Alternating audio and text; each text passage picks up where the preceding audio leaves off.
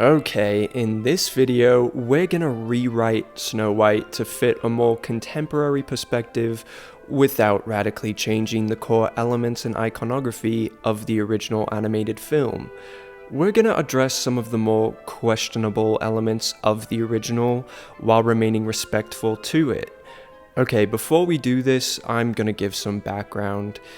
The upcoming live-action adaptation of Snow White has everyone's feathers ruffled, some for valid reasons, some not. And I mean, we haven't seen any officially released material yet, so it's a tad bit premature to go into full backlash mode, but the very few things I'm hearing and seeing are absolutely not promising. The actual valid criticisms, other than noting that the costumes are terrible, mostly seem to be targeting the film's new approach to the story and characters, which have apparently been changed to reflect a more progressive world. The cartoon was made 85 years ago. It's extremely dated when it comes to the ideas of women being in roles of power. She's not going to be saved by the prince, and she's the proactive one, and she's the one who set the terms. I mean that it's no longer 1937, and we absolutely wrote a Snow White that is not going to be saved by the prince. She's not going to be saved by the prince, and she's not going to be dreaming about true love. She's dreaming about no longer 1937. And you know what else women no longer have to do? Choose between a career or love. We can have both. People are upset about these radical changes, deeming them unnecessary, and are also targeting Snow White actor Rachel Zegler for seemingly bashing the original film and character, calling them outdated. And yeah, the way she's worded certain things has come across not ideal, but I think people are being way too hard on her, reading into it too much, and in some cases are completely misconstruing what she's saying. She's an outspoken Gen Z theater kid, and that's a very new brand of person we're not used to seeing in Hollywood, so it may rub people the wrong way. And due to the SAG-AFTRA strike, she's not allowed to defend herself right now, so I'll just say she's been nothing but enthusiastic about this role and this character, and has been completely embracing the character on social media by sporting merch and taking pictures with Snow White at the Disney parks, and saying how this is a dream come true role for her, and etc, etc. She's very, very much appreciative. I just get to pinch myself every day because I am the biggest Disney fan. I feel very, very blessed to be playing Snow White. And at the end of the day, she didn't write the script. It's just her job to promote the movie she was in. Stop acting like she committed a war crime. Okay, so let's talk about the story. Regarding the supposed changes, people are mad about the justification that it's not 1937 anymore, but it's true. The animated film is a beautiful, groundbreaking work of art, and I've been defending the animated film my whole life. I don't know why people are suddenly jumping on the bandwagon now, but since it was made in a completely different time, there are inevitably going to be some elements that don't reflect modern ethics and contradict the great social evolution that humanity has experienced since then. I mean, there are even films from 10 years ago that are morally outdated because we're constantly learning and improving. Imagine how drastically different of a mindset people in 1937 had when making a film. With that said, the approach the new film seems to be taking is actually quite regressive in its attempt to be more progressive. Apparently, the live-action Snow White is not looking for true love or a prince, and wants to be a leader and a girl boss, and rule a kingdom and save herself. Which not only is very 2010 feminism and has been done with the same character more than once within the past decade or so, but that's not who Snow White is. This change simultaneously betrays the character's identity and sends out the wrong message. Snow White is gentle, feminine, motherly, and does dream of romance and love, and there's absolutely nothing wrong with that. Young people shouldn't be looked down upon for not wanting to be a boss and not prioritizing a career and whatnot. We already have Disney princesses who wield swords and are in positions of leadership and don't have love interests, and that's absolutely great. But girls who don't resonate with that are not of lesser value, and changing a pre-existing character to fit that mold is not progressive. It implies that you should be ashamed if you do not fit that mold. Snow White is not a bad role model for wanting love and a domestic life and such. Her strength doesn't come from armor or independence, it comes from her kindness and hopefulness. One thing that sorta gives me hope that the depiction of Snow White won't be as worrisome as it seems is that Greta Gerwig worked on the script, and Greta Gerwig always depicts the various facets of womanhood in a very nuanced way where she emphasizes that women shouldn't be fit into boxes. For example, in Little Women, there's the quote, "Just because my dreams are different from yours doesn't make them unimportant," which shows the equal value in being career-oriented and also the value in being a hopeless romantic. And in the Barbie movie, there's even more of this, like the discussion of having a quote-unquote ordinary Barbie. So yeah, I have some faith, but here's how I'd characterize Snow White in the live-action film, because while there's nothing wrong with her character attributes, she's still very much viewed through a 1937 lens, and of course she is. It was made almost 100 years ago. I don't expect it to be completely contemporary in its perspective. So in the ideal live-action adaptation, we're not changing the character of Snow White, we're adding more depth and nuances to her. The animated Snow White has often been criticized for being passive and meek, and instead of turning her into a warrior or something, we're gonna embrace those aspects in a way to make her more relatable and multi-dimensional. Throughout the film, we're gonna show Snow White's struggle with her timidness and anxiety. She is often fearful of the world and finds it to be a scary place, especially given her circumstances, having lost both parents at a young age and being forced into slavery, though she so badly wants to be brave and courageous and stand up against any adversity. She just sees herself as a fragile, frail being, but gradually does learn to face her fears and channel her strength in ways that aren't just physical.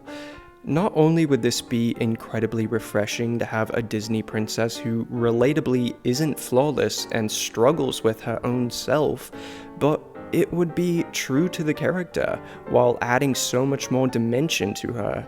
It would be distinctively Snow White and keep her from simply blending in with the other princesses, becoming interchangeable with them. And I think it would also make us look at the animated character in a new light as well, gaining a greater appreciation for her, which should be one of the main functions of a Disney live action. Additionally, as I said before, I think she should be dreaming of love and give some representation to those who are hopeless romantics in this time we're living in where women are often shamed for it. She could be longing for the kind of love her parents shared, because when they were together, they were able to take on anything and never seemed to be fearful. So she believes finding someone she can share that type of love with will help her feel more powerful and secure and fearless. And towards the end of the film, she realizes through her friendship with the dwarfs that love comes in many forms, and platonic relationships can be just as rewarding as romantic ones, and she ends up with both. And as for the prince, since he and Snow White both come from royalty, they used to be friends as children, but grew apart when the evil queen became the ruler of Snow White's kingdom. At first, Snow White is embarrassed about being a servant, so she avoids the prince when he visits the palace, but he eventually brings her out of her shell and they become friends again, eventually falling in love. And Snow White opens up to him about her struggles. She says how the queen, who possesses very dark magic, is too powerful to defy or stand up to, and though Snow White feels the responsibility to stop the queen from all the evil she does, she feels too helpless and afraid. The prince asks her if she even would ever want to be queen. She says it would be her responsibility. He tells her that she didn't answer his question. She's hesitant, and then she says that she remembers how her mother was such a wonderful, ambitious leader and fierce ruler, but she doesn't see that for herself. She doesn't feel it's natural for her, even if she feels like it's her responsibility. Snow White doesn't have grand aspirations. She just wants to exist and enjoy the world and all the delights within it while being surrounded by love. I mean, I'm sure that's what a lot of people want. When it comes to the true love's kiss that awakens Snow White from the sleeping death in the finale, yes, this definitely needs to be tweaked in some way to become consensual, because while the animated film operated more off of emotion rather than logic, a contemporary live-action film simply cannot have someone kissing an unconscious girl without consent. I don't care how woke you think that is, that's just the case. But I think there are a few ways around this. If we really want to keep the kiss in there because it's just too iconic, then earlier in the film, Snow White needs to establish some form of consent with the prince, so he's acting within his boundaries when he kisses her. Maybe Snow White and the prince are aware of the sleeping death curse in advance, and they agree if one of them ever falls victim to it, that the other has permission to try the kiss of life. And the prince is like, but it only works in an act of true love. Do you love me? And Snow White is like, I suppose you'd find out if that moment ever comes, or something. Or maybe instead, she is romantically telling him that her heart beats for him so strongly that his kiss could wake her from even death. And he's like, you think so? And she's like, yes. Promise me you'll do so if the worst ever occurs. And he's like, of course, but please promise me as well. And she's like, yeah. And if we really, really feel like we should switch it up and have her be conscious for any kissing, then simply just have his tears of love fall on her and awaken her, or even a kiss on the cheek could work. Okay, so now let's talk about the dwarfs, who apparently are no longer dwarfs and are called bandits. And they steal from the queen to give to the poor, and they may or may not be mythical creatures who will go through some CGI, so who knows what they'll look like in the final film, but this is looking very, very bad. Bad. I know some of the little person community was concerned about this story being retold, as it perpetuates stereotypes and makes the dwarfs each have only one character trait, but this is definitely not the way to go. I gotta say, as a fan of the original animated film, I never interpreted the dwarfs as being literal humans with dwarfism. I thought of them as mythical beings, folklore, kind of like gnomes or elves or fairies or miniature Santa Clauses, so that's the vibe I'd lean into here.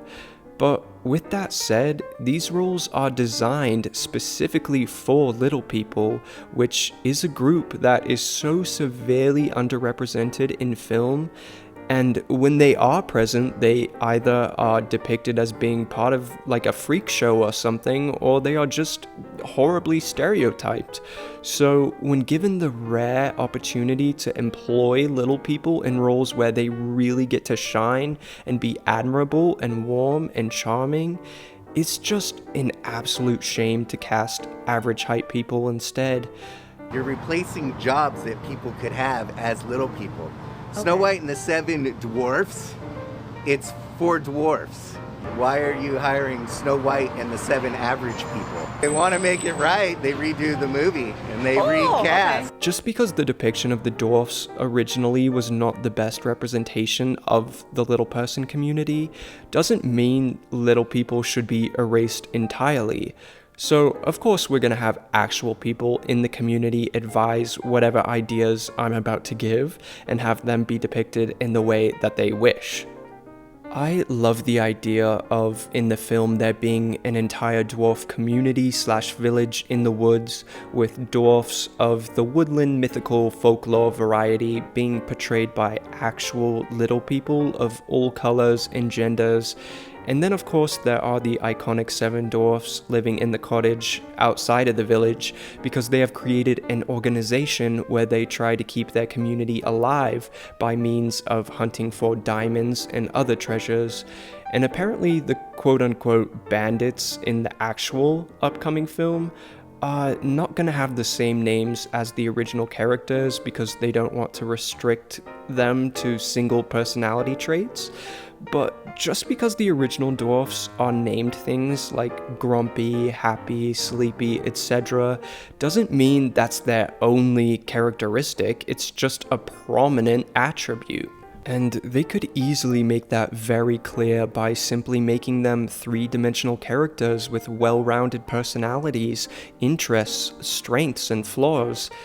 Even have Snow White in the end share a sweet moment with a character like Grumpy, who admits that he feels as if he's always raining on everyone's parade when he doesn't always wish to, and Snow White tells him lovingly, "Yes, you are grumpy, but you are so much more than that." And also in the end, Snow White prompts the dwarfs to give their little organization a womanly perspective, so 2 female dwarfs from the village join them. It'd be cute if they were sisters named Graceful and Gloomy. Graceful is the elegant type, while Gloomy is the Wednesday Addams type. And after the evil queen is defeated and Snow White gains access to the throne, she decides to use her newfound power to completely rebuild the rules of hierarchy. As I said before, she doesn't wish to be the sole ruler of a kingdom, so having seen how the 7 dwarfs and their organization have helped their community and how they are at their best when they work together due to their different perspectives, she decides that they will rule together, with Doc being the mediator. So that's just my way of keeping Snow White contemporary, but there are many ways to update the story without unnecessary drastic changes, and the way the upcoming live-action film seems to be panning out, it looks as if they've taken the absolute worst approach, completely misunderstanding the assignment. Okay, and I just want to say, be nice to Rachel Zegler. She's new and she's young and she's figuring stuff out and she's incredibly talented. And if you think you're clever by calling her Snow Brown, she's literally a white Latina. Her grandmother is Colombian and that's it. You're just looking for things to be mad about. You're acting as if she's dark-skinned, and even if she was, like, who cares? You are so weird. Do you really think Snow White should be named after the color of her skin at birth instead of the name symbolizing purity and innocence?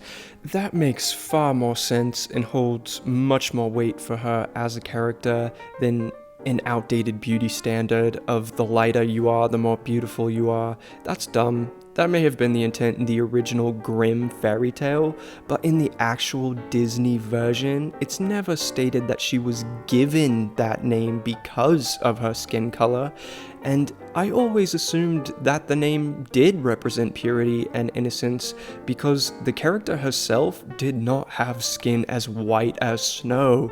So stop being dramatic and whining. You're making it hard for people to have legitimate discussions with actual constructive criticism. Anyway, I'm hopeful that the film will be more worthwhile than these first impressions indicate, but if it is the absolute train wreck we're assuming it to be, they need to just reshoot the whole thing. I don't care if that makes it impossible to make their budget back at the box office, because A, Disney movies have longevity and staying power beyond their theatrical releases, and all will eventually turn a profit, and B, It's more important to put an ethically responsible film out into the world than one that takes a completely wrong approach and completely misses the mark. Okay, love you, some of you, bye.